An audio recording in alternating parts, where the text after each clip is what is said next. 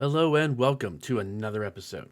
I am Brian, the Unskilled Commander, and this is High Octane, where I take a specific deck or card and see just how fast it could win a game of Commander if it had the perfect opening 7 cards and next 10 cards stacked. It's a fun thought experiment to see just how well a deck can do, and then that lets you decide if you want to fine-tune the deck to try and get to that level more consistently. Obviously, this is built around the premise of getting these perfect cards in the right order. It's not going to really happen very often, if ever. And it also takes into consideration that your opponents aren't interacting with you for the first few turns. No counterspells or anything crazy like that. They're just playing their lands and passing turn and doing whatever. Today's is going to be a little different, a little interesting, because it is Helix Pinnacle.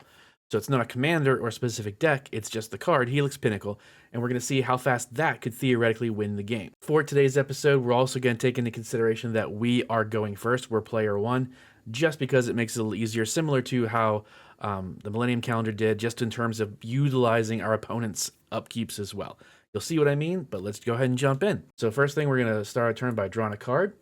We're going to do the old standby. We're going to play a Forest, into a Soul Ring, into an Arcane Signet, into Elvish Mystic. Now, I have a couple of these one-drop mana dorks. They could be whatever mana dorks you want. I'm just using these particular ones because I just happen to have them. So that's our turn 1, so we pass turn. Now, it's turn 2. We're going to play another Forest, tapping the Forests and the Soul Ring to play a Thran Dynamo. That taps for 3 colorless. We're going to tap that to play Bonder's Ornament, which taps for 1 of any color. We're going to tap that for Delighted Halfling, and tap Arcane Signet for Llanowar Elves. Again, these 3 mana dorks can be whatever mana dorks you want. There's nothing I can do with Elvish Mystics 1 mana because I am now out of cards. I have to wait for each of the draws. So that's turn 2. We go to turn 3. We draw our card, which is tap 2 forests and a Soul Ring for Harmonize. Draw 3 cards. 1, 2, 3. And now we have just enough mana. We're going to tap Thran Dynamo and then the Bonder's Ornament and the Arcane Signet, each for green, to play Seedborn Muse. Very similar to how we went around with the Millennium Calendar, High Octane. Seedborn Muse, untap all permanents you control during each other player's untap step. Very important. With the last 3 mana, we're going to tap for a green to play the star of the show, Helix Pinnacle. It is an enchantment with Shroud that says pay X and put X tower counters on Helix Pinnacle. At the beginning of your upkeep, if there are 100 or more tower counters on Helix Pinnacle, you'll win the game. With the last 2 mana, we will tap those for the Allspark, which is actually Doubling Cube. That says pay 3, tap it to double the amount of each type of unspent mana you have. That is our turn 3. Now we're going to pass turn. It's our opponent's upkeep on turn 3. All of our stuff untaps, at which time we then tap out completely for 5, 6, 7, 8, 9, 10, 11, 12 mana. We're going to use 3 of that mana down to 9 and tap the Allspark and activate it, doubling the 9 to 18. And we will then put 18 counters on the Helix Pinnacle. They take their turn, they do whatever, it goes to our next opponent's turn. We're going to just do that 2 more times on each of our other opponents, adding 18 counters to the Helix Pinnacle each of their turns, so that right before our turn, it's going to be 54 counters on the Helix Pinnacle. So then we untap on our turn 4.